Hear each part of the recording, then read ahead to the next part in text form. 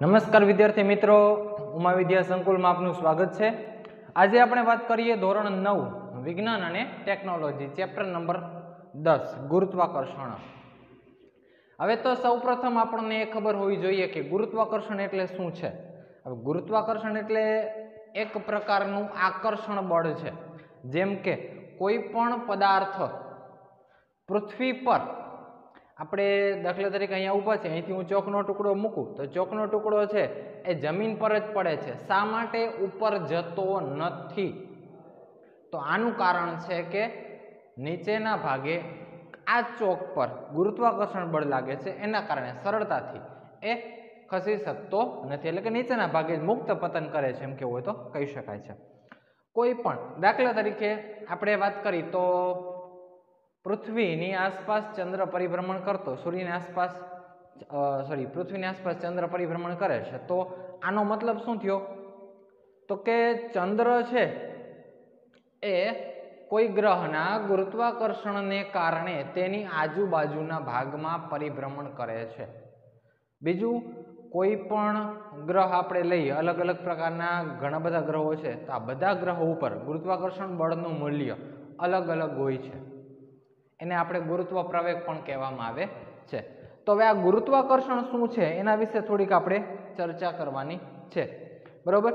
હવે કોઈ પણ પદાર્થની ગતિ માટે બળ જરૂરી છે, કોઈ પણ પદાર્થની, દાખલા તરીકે આ ડસ્ટર છે, બરોબર, તો ડસ્ટરને મારે એમને મૂકી દઉં તો શું થશે? તો કે આની ઉપર બળ લાગશે, ગુરુત્વાકર્ષણ બળ, એટલે કે નીચેના ભાગે ગતિ કરશે। હવે અલગ અલગ પ્રકારના ઘણા બધા બળો છે, અહીંયા હું ચોકની મદદથી બોર્ડ પર સરળતાથી લખી શકું છું, એનું કારણ શું છે? તો કે આ ચોકનો ટુકડો અને સમતલ બોર્ડ, આ બંને વચ્ચે એક પ્રકારનું બળ છે, કયું? તો કે ઘર્ષણ બળ। એટલે કોઈ પણ પદાર્થ સરળતાથી ગતિ કરી શકે છે, ગતિમાં હોય તો સ્થિર થઈ શકે છે, એના માટે જવાબદાર છે બળ। હવે એ બળ ઘણા બધા અલગ અલગ પ્રકારના બળો છે, એમાંનું એક બળ છે આપણે ગુરુત્વાકર્ષણ બળ, એના વિશે થોડીક આપણે વાત કરવાની છે। હવે ગુરુત્વાકર્ષણ બળ કોને કહેવાય? તો કે જો ન્યૂટને વાત કરી કે ભાઈ કોઈ સફરજન છે, બરોબર, ન્યૂટને વાત કરી કે આ જે ગુરુત્વાકર્ષણ બળ છે એ કોઈ પદાર્થ પર લાગુ પડે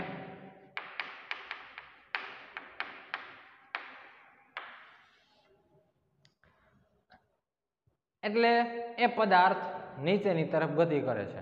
હવે દાખલા તરીકે હું અહીંયાથી કોઈ વસ્તુ આમ ફેરવું તો એ વસ્તુ ગોળ ગોળ ફરે છે, એનું કારણ શું છે? તો કે વચ્ચે કેન્દ્રગામી બળ છે, એના કારણે સરળતાથી એ ફરી શકે છે। બીજું, કોઈ પણ પદાર્થ છે, દાખલા તરીકે હું છો, બરોબર, તો પૃથ્વી પર મારું જે દળ છે એ અલગ હશે, જ્યારે બીજા કોઈ ગ્રહ ઉપર પણ મારું દળ એટલે કે વજન અલગ હશે। હવે એવું શા માટે બને છે? તો એનું એક જ કારણ છે કે દરેક ગ્રહ ઉપર આ જે ગુરુત્વાકર્ષણ બળનું મૂલ્ય છે, ગુરુત્વ પ્રવેગનું મૂલ્ય છે, એ અલગ અલગ છે, અને એના કારણે જો કોઈ પણ પદાર્થનું વજન છે એ અલગ અલગ ગ્રહ ઉપર અલગ અલગ જોવા મળે છે, એવું આપણે કહી શકીએ। તો આ બધી ચર્ચા આપણે આ પ્રકરણમાં કરવાની છે કે ભાઈ ગુરુત્વાકર્ષણ બળ શેને આધીન છે, શેના આધારે નક્કી કરવામાં આવે છે, અને કેવી રીતે એ લાગુ પડે છે, અને એનાથી શું શું અસરો ઉદ્ભવી શકે છે। તો ચાલો જોઈએ ગુરુત્વાકર્ષણ બળ। હવે ચંદ્ર પૃથ્વીની આસપાસ પરિક્રમણ કરે છે, આપણને ખબર છે, વચ્ચે પૃથ્વી છે અહીંયા, બરોબર, એના ફરતી ભાગમાં આ જે ચંદ્ર છે એ પરિક્રમણ કરે છે, એ શેના કારણે? તો કે આ બંને વચ્ચે કોઈ એક પ્રકારનું આકર્ષણ બળ છે, એટલે કે બે જોડાયેલા રહે છે એ આકર્ષણ બળને કારણે।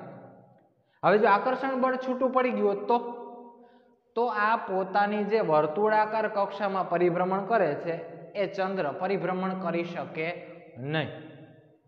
ઘણી વખત આપણે ઉલ્કાઓ પડતી હોય છે, ઉલ્કાઓ એટલે શું છે? તો કે લઘુગ્રહો છે એક પ્રકારના, કે જે ગ્રહો બનવામાં નિષ્ફળ ગયા હોય, એ બધા લઘુગ્રહો ગ્રહોની આસપાસની કક્ષાઓમાં પરિભ્રમણ કરતા હોય, હવે એ કક્ષાની બહાર નીકળી જાય એટલે શું થશે તો કે કોઈ નજીકના ગ્રહ ઉપર પડશે. હવે દાખલા તરીકે આ પૃથ્વી છે તો એની કક્ષામાં પરિભ્રમણ કરતા હોય ગ્રહો, એ કક્ષામાંથી બહાર નીકળી જાય તો આ બાજુ જશે અથવા નીચેની બાજુ કોઈ એક બાજુ આવશે, એટલે કે નજીકની કોઈ ગ્રહ હશે તો એ ગ્રહ ઉપર પડશે. એટલે આપણે એમ કહીએ કે ઉલ્કા પડી છે, એનું કારણ આ છે. તો અમુક ઊંચાઈ સુધી અહીંયાથી વસ્તુને મૂકવામાં આવે તો નીચેની તરફ ગતિ કરે છે, અથવા અમુક પર તમે ફેંકો તો અમુક ઊંચાઈ સુધી જાય પછી સ્થિર થઈ જશે, સ્થિર થઈને પાછું નીચેની તરફ ગતિ કરશે. શેના કારણે તો કે એ જે વસ્તુ છે એ વસ્તુ ઉપર ગુરુત્વાકર્ષણ બળ લાગે છે અને ગુરુત્વાકર્ષણ બળની અસર હેઠળ એ પદાર્થ પાછો નીચે ફરે છે. હવે આપણે બીજું જોઈએ તો જો અહીંયા ન્યૂટને વાત કરી હતી કે સફરજન છે એ સફરજનના ઝાડ પરથી નીચે જ કેમ પડ્યું, તો એ જે સફરજન છે એ સફરજન પર પૃથ્વીનું ગુરુત્વાકર્ષણ બળ લાગુ પડ્યું છે, એને કારણે એ નીચે આવ્યું. હવે ન્યૂટનને જો એવો વિચાર જ ન આવ્યો હોત કે ભાઈ આ જે સફરજન છે એ નીચે જ કેમ પડ્યું, તો આપણે અત્યારે હાલમાં આ ગુરુત્વાકર્ષણ વિશે અજાણ હોત, કે આપણને ખબર જ ન હોત કે આ ગુરુત્વાકર્ષણ બળની અસર હેઠળ આ પ્રક્રિયા થઈ છે અને સફરજન નીચે પડ્યું છે. બરોબર, ચાલો ત્યાર પછી આપણે વાત કરી બીજી કે ભાઈ આ ચંદ્ર અને તો બેયમાં શું ડિફરન્સ છે, કંઈ ડિફરન્સ છે તો કે કંઈ ડિફરન્સ નથી, એક પ્રકારનું સેમ જ છે, સરખું છે. શા માટે તો કે જો આ બંને વચ્ચે એક પ્રકારનું બળ છે આકર્ષણ બળ, એને કારણે સતત ને સતત પોતાની વર્તુળાકાર કક્ષામાં પરિભ્રમણ કરતો રહે છે. બીજું આજે સફરજન નીચે પડ્યું એનું પણ એ જ કારણ છે કે સફરજન અને પૃથ્વી આ બંને વચ્ચે આકર્ષણ બળ હતું, એના કારણે સફરજન પૃથ્વી પર પડ્યું. હવે આપણને ન્યૂટનના ગતિના નિયમ મુજબ ન્યૂટનની ગતિનો બીજો નિયમ છે, બરોબર, એ શું કહે છે તો કે કોઈ પણ જે આ પદાર્થ છે એ પદાર્થ એકબીજાને આકર્ષે છે, આવું શક્ય બને ખરું? તો કે હા, શક્ય બને. શા માટે શક્ય બને છે એના વિશે આપણે થોડી વાર પછી ચર્ચા કરીએ, પણ અત્યારે આ જે વાત છે એની વાત કરીએ. તો આજે ચંદ્ર પોતાની કક્ષામાં પરિભ્રમણ કરે છે, બરોબર. હવે અહીંથી ફરતો હોય, હવે દાખલા તરીકે હું અહીંથી મૂકી દઉં તો કઈ બાજુ ગતિ કરશે તો કે અહીંયા, એટલે કક્ષામાંથી બહાર નીકળશે તો કોઈ એક પાસે, દાખલા તરીકે અહીંયા હોય તો આ બાજુ, તો વર્તુળાકાર કક્ષામાં પરિભ્રમણ કરતા હોય ત્યાંથી છૂટો પડી જાય એટલે કે એની ઉપર જે આકર્ષણ બળ લાગે છે આકર્ષણ બળ લાગતું બંધ થઈ જાય તો એ મુક્ત સ્વરૂપે ગતિ કરવા લાગશે. અને એક વખત જો મુક્ત સ્વરૂપે ગતિ કરતો થઈ ગયો તો પાછો એને વર્તુળાકાર કક્ષામાં લાવી શકાતો નથી, સુરેખ પથ ઉપર ગતિ કરતો થઈ જાય છે, બરોબર. આ રીતે તો આને આધારે આપણે કહી શકીએ કે કોઈ પણ પદાર્થ છે એ પદાર્થ પર ગુરુત્વાકર્ષણ બળ લાગે છે અને ગુરુત્વાકર્ષણ બળની અસર હેઠળ એ પદાર્થ નીચે પડે છે. એટલે કે કોઈ વસ્તુ એમ એક પ્રવૃત્તિ આપી છે કે દોરીનો એક ટુકડો લઈ પથ્થર બાંધી અને આમ તમે ફેરવો તો શું થશે તો કે વચ્ચેના ભાગે આપણો હાથ છે એ હાથ અને અહીંયા પથ્થર બાંધેલો છે પથ્થર આ રીતે પરિભ્રમણ કરશે, સતત ને સતત જે આ રીતે પરિભ્રમણ કરે છે. હવે આમ તમે ફેરવો એટલે શું થશે તો કે વર્તુળાકાર કક્ષામાં પરિભ્રમણ કરે છે. હવે એ જે પથ્થર છે એને તમે આમ ફેરવતા ફેરવતા આમ છૂટા મૂકી દો તો કોઈ એક બિંદુ પાસે, અહીંયા કેમ છૂટો પડ્યો એ જ રીતે કોઈ એક બિંદુ પાસે એ પોતાની સુરેખ પથ પર ગતિ ચાલુ કરી દેશે. જો અહીંયા આ ચંદ્ર અહીંથી છૂટો પડી ગયો હતો તો સુરેખ પથ ઉપર પોતાની ગતિ ચાલુ કરી દે, તો એનો મતલબ કે એ જે આકર્ષણ હતું આ કેન્દ્રગામી આકર્ષણ એ છૂટું થઈ ગયું, આકર્ષણ બળ 0 થઈ ગયું અને આકર્ષણ બળ 0 થવાને કારણે કેન્દ્રગામી બળ જ નથી લાગતું, તો કેન્દ્રગામી બળ ન લાગે તો એનો મતલબ કે એ પદાર્થ પોતાની ગતિ ચાલુ રાખશે, પણ કેવી તો કે સુરેખ પથ ઉપર, અને કોઈ સમયે એ સ્થિર થઈને નીચે પડી જશે. તો આ રીતે કોઈ પદાર્થ છે સરળતાથી કેન્દ્રગામી આકર્ષણ બળને કારણે પોતાની ગતિ ચાલુ રાખે છે, એમ કેવું તો આપણે કહી શકીએ. બરોબર. તો આ રીતે આજે વર્તુળાકાર કક્ષા છે એમાં સરળતાથી પરિભ્રમણ કરી શકાય છે. બીજું એક વસ્તુ યાદ રાખો, હવે આજે પ્રવેગ છે એનું મૂલ્ય પણ અલગ અલગ હોય. પ્રવેગ એટલે શું? તો વેગમાં થતો ફેરફાર, વધ ઘટ, વધારો થાય ઘટાડો થાય. બરોબર. હું અહીંયા ફેરવવાનું ચાલુ કરું એટલે પહેલા વેગ ઓછો હશે, પછી ધીમે ધીમે વેગમાં વધારો થશે, પછી હું આમ મૂકી દઉં તો વેગ પાછો ઘટી જશે. તો સ્વાભાવિક છે કે સમાન વેગથી ગતિ કરતા હોય, જો આ જે છે ચંદ્ર, તો ચંદ્ર પૃથ્વીની આસપાસ સમાન વેગથી ગતિ કરે છે. બરાબર. વર્તુળાકાર ભાગમાં ગતિ કરે છે, એમ કેવું તો આપણે કહી શકાય.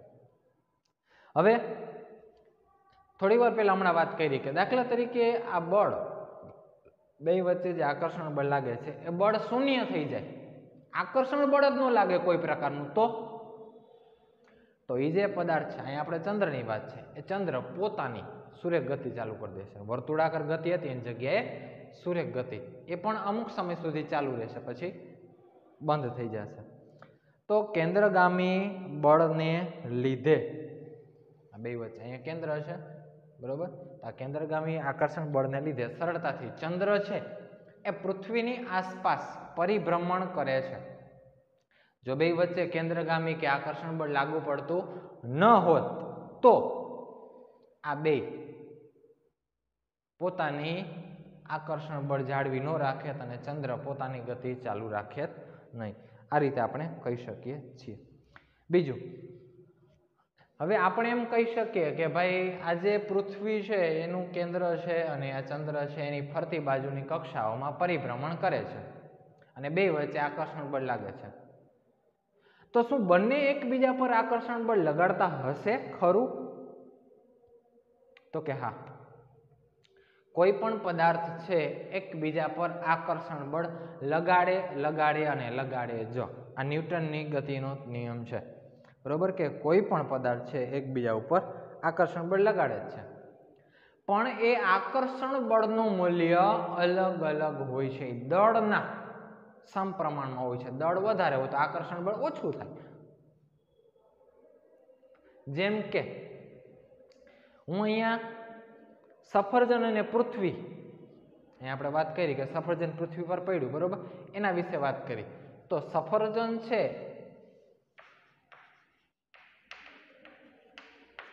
એ પૃથ્વી પર બળ લગાડે છે અને પૃથ્વી છે એ સફરજન પર બળ લગાડે છે. પણ આ બંને બળમાં આપણને કયું બળ વધારે લાગે છે? તો કે પૃથ્વી છે એ વધારે બળ લગાડે છે, જેના કારણે સફરજન આકર્ષાય છે. હવે સફરજન એમ વિચારે કે પૃથ્વી મારી તરફ આકર્ષાવી જોઈએ, એવું શક્ય બને ખરું? તો કે શક્ય નથી બનતું. શા માટે નથી બનતું? એનું એક જ કારણ છે કે આ બંનેમાં, પૃથ્વી અને સફરજન છે, આ બંનેમાં કયા પદાર્થનું દળ, આ બેમાં દળ કોનું વધારે? તો કે સ્વાભાવિક છે પૃથ્વીનું ખૂબ જ વધારે છે અને સફરજનનું અવગણી શકાય, એટલે કે 0 સમથિંગ કહી શકાય. હવે આટલું બધું વધારે દળ હોય તો સ્વાભાવિક છે આપણે સફરજન એ પૃથ્વીને ન જ ખેંચી શકે.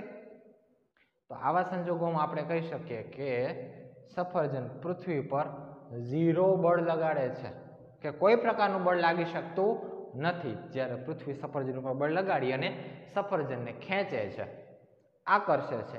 એ આપણે કયું બળ? તો કે ગુરુત્વાકર્ષણ બળની વાત કરીએ છીએ, એ બળ. તો આ રીતે વિશ્વનો પ્રત્યેક પદાર્થ, યાદ રાખજો મિત્રો, વિશ્વનો પ્રત્યેક પદાર્થ દરેક વસ્તુ પર આકર્ષણ બળ લગાડે જ. એકબીજા ઉપર આકર્ષણ બળ લાગે જ હંમેશા, પણ એના દળના સમપ્રમાણમાં હોય છે. આ બે એકબીજા ઉપર આકર્ષણ બળ લગાડે જ છે, પૃથ્વી સફરજન પર અને સફરજન પૃથ્વી પર, પણ પૃથ્વીનું દળ ખૂબ વધારે છે એટલે સફરજન ખેંચી શકતું નથી, એટલે 0 સમથિંગ છે સફરજનનું દળ, એટલા માટે.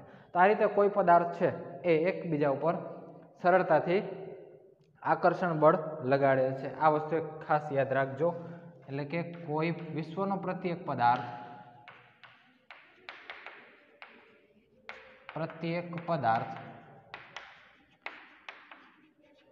એકબીજા પર આકર્ષણ બળ લગાડે છે.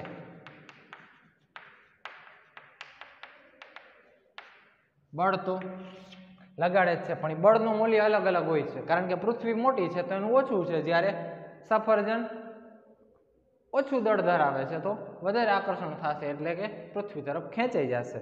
બરોબર. ચાલો, ત્યાર પછી ખાસ અગત્યની વસ્તુ હવે આપણે વાત કરવાની છે, એ છે ગુરુત્વાકર્ષણનો સાર્વત્રિક નિયમ.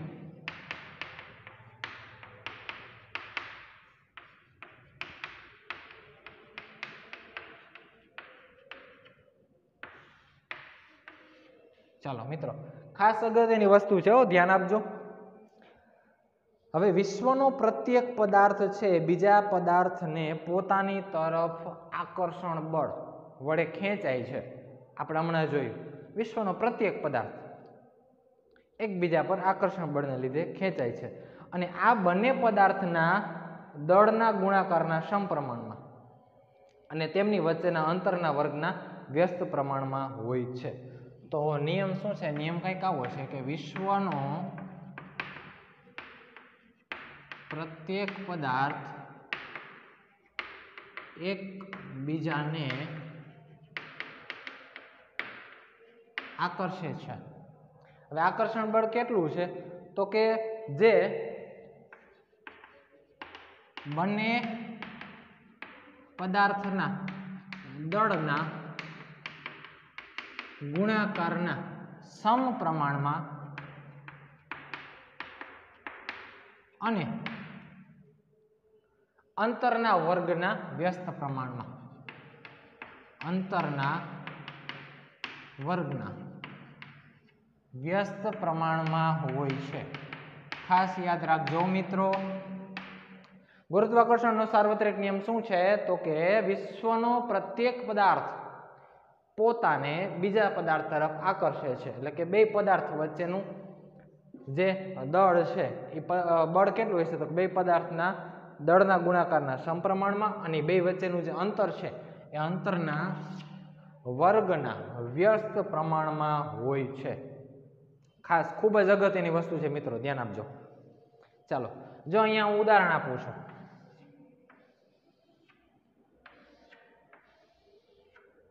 અહીંયા મેં બે પદાર્થ લીધા છે. એક પદાર્થ છે એ અને બીજો પદાર્થ છે બી. એનો મતલબ કે આ બંને પદાર્થ એકબીજા ઉપર પોતાનું બળ લગાવે છે. આ કેન્દ્ર છે, અહીંયાથી આ બાજુ ને અહીંયાથી આ બાજુ. એટલે આ જે પેલો પદાર્થ છે એ બીજા પદાર્થ ઉપર બળ લગાડે છે, જ્યારે આ બીજો પદાર્થ છે એ પેલા પદાર્થ ઉપર બળ લગાડે છે. હવે એ જે બળનું મૂલ્ય છે એ પાછું અલગ અલગ હોય. શા માટે? તો કે આમાં કોઈનું દળ વધારે છે, દળ ઉપર આધારિત હોય છે. હવે અહીંયા ચાલો વાત કરી. ધારો કે બે પદાર્થ એ અને બી. આ જે પેલો પદાર્થ છે એનું દળ છે કેપિટલ એમ, અને આ જે બીજો પદાર્થ છે એનું દળ છે સ્મોલ એમ. તો ધારો કે બે પદાર્થ એ અને બી છે, એનું દળ કેપિટલ એમ અને બી નું દળ સ્મોલ એમ છે. એમ એટલે કે આપણે માસ તરીકે લઈએ છીએ. માસ એટલે કે દળ, એટલે કે કેપિટલ એમ અને સ્મોલ એમ છે. હવે આપણો જે સાર્વત્રિક નિયમ છે એ નિયમને અનુસરીએ. ચાલો, જો બે વચ્ચે જે બળ લાગે છે, બરોબર, એ બળ કેટલું છે? તો કે એફ ચલે છે. કેના સમપ્રમાણમાં? તો કે પદાર્થના દળના ગુણાકારના સમપ્રમાણમાં. હવે આ જે બે પદાર્થ છે એ બે પદાર્થનું દળ કેટલું છે? તો કે આ પહેલો પદાર્થ છે એનું દળ એમ છે કેપિટલ એમ, અને બીજો પદાર્થ છે એનું દળ સ્મોલ એમ છે, એટલે કે એમ ગુણ્યા એમ. હવે આગળ વાત કરીએ બીજો પોઈન્ટ, દળના ગુણાકારના સમપ્રમાણમાં. ત્યાર પછી અંતરના વર્ગના વ્યસ્ત પ્રમાણમાં. તો કે આ બળ છે, આ બે વચ્ચે અંતર કેટલું છે? તો કે ડી જેટલું. તો અંતરના વર્ગના વ્યસ્ત એટલે એકના છેદમાં અંતરના વર્ગના વ્યસ્ત પ્રમાણમાં છે. હવે આ બંનેને હું ભેગા કરી દઉં તો તો કંઈક આવું સમીકરણ તૈયાર થાય, એટલે કે m ઇન્ટુ m છેદમાં ડી સ્ક્વેર. હવે આ વચ્ચે જે ચલે છે ની નિશાની છે એ દૂર કરી અને હું એક ત્યાં સાર્વત્રિક અચળાંક લાગુ પાડું તો કંઈક આવો અચળાંક લાગુ પડે જી. આને ગુરુત્વાકર્ષણનો સાર્વત્રિક અચળાંક પણ કહેવામાં આવે છે. હવે આમાં આપણે ગમે તે એકને સૂત્ર ન કરતા બનાવી શકીએ. તો જો અહીંયા જી ને આપણે બનાવવો હોય સૂત્ર ન કરતા તો શું થશે, તો કે ડી સ્ક્વેર આ બાજુ આવશે એટલે એફ ગુણ્યા ડી સ્ક્વેર જી એમ સ્મોલ એમ. હવે આ બંને છે આ બાજુ લઈ લઉં તો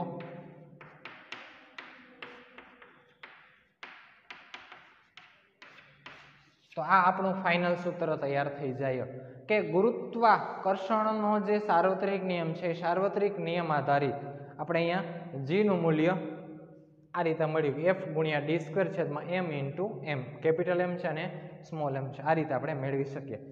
હવે આ જે જી છે એનો આપણે એસઆઈ એકમ દર્શાવવો હોય તો શું દર્શાવી શકીએ, તો જો અહીંયા એફ એટલે કે ન્યૂટન, ડી સ્ક્વેર એટલે કે અંતર મીટર, ન્યૂટન ઇન્ટુ મીટર છેદમાં બે દળ છે તો દળ એટલે કે કિલોગ્રામ ગુણ્યા કિલોગ્રામ એટલે કે કિલોગ્રામનો સ્ક્વેર. આ રીતે આપણે દર્શાવી શકીએ છીએ.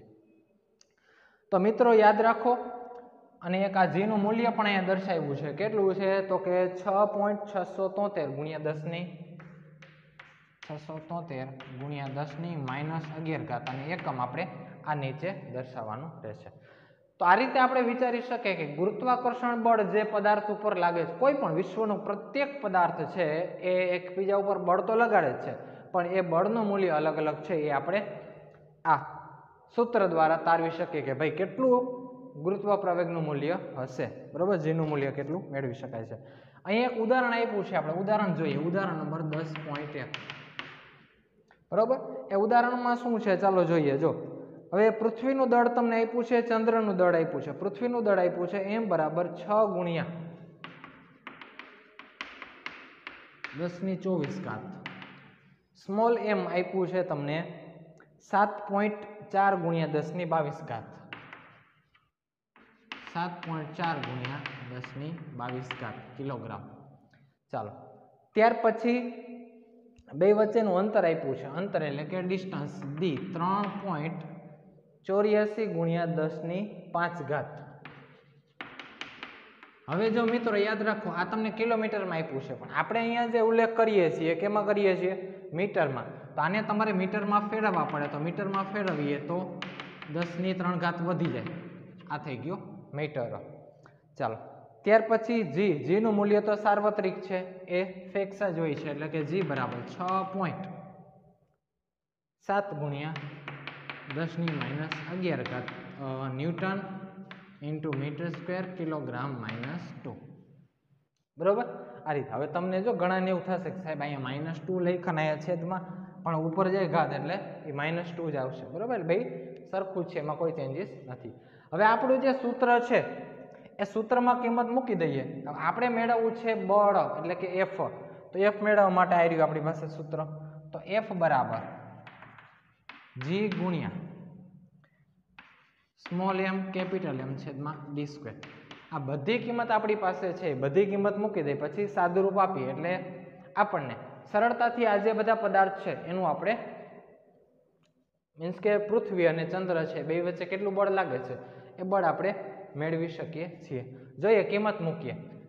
જીનું મૂલ્ય છે 6.7 ગુણ્યા 10⁻11 ગુણ્યા સ્મોલ એમ એટલે 7.4 ગુણ્યા 10⁻22 ગુણ્યા કેપિટલ એમ એટલે કે 6 ગુણ્યા 10⁻24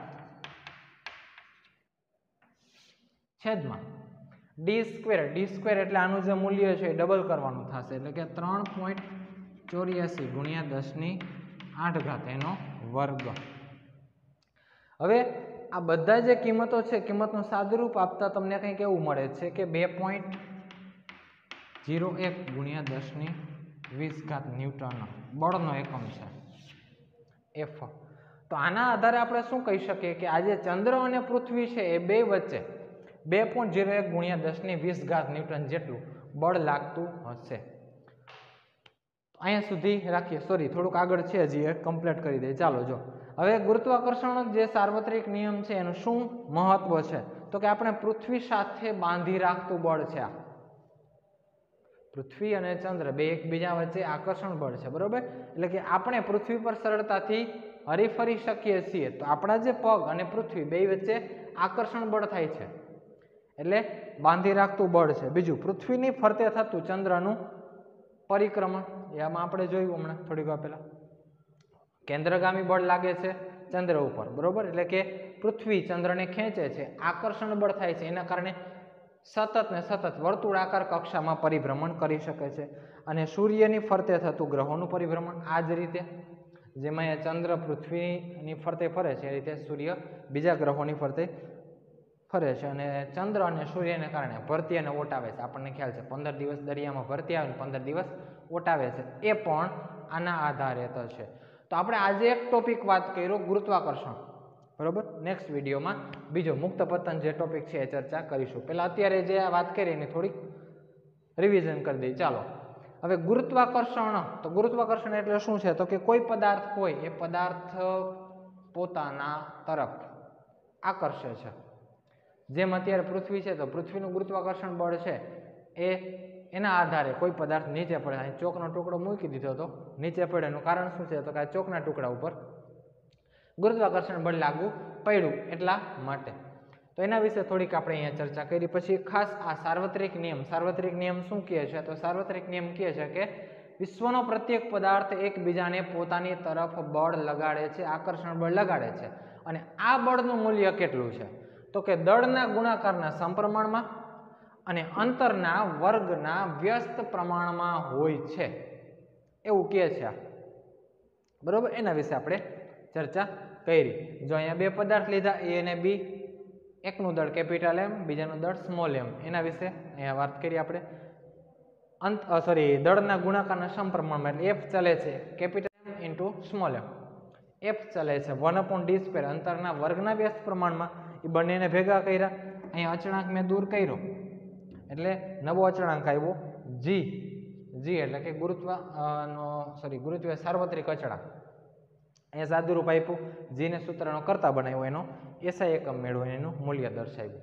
ત્યાર પછી એક ઉદાહરણ લીધું કે ભાઈ ચંદ્ર અને પૃથ્વી વચ્ચે કેટલું બળ લાગુ પડે છે, એ બળનું આમાં વર્ણન કરેલું. મીન્સ કે દાખલો ગણ્યો, મીન્સ ગણતરી સ્વરૂપે આપણને લાગુ પડે કે 2.01 × 10⁻20 ન્યૂટન જેટલું આટલું બળ પૃથ્વી અને ચંદ્ર વચ્ચે લાગુ પડે છે, એવું આપણે દર્શાવી શકીએ. આભાર.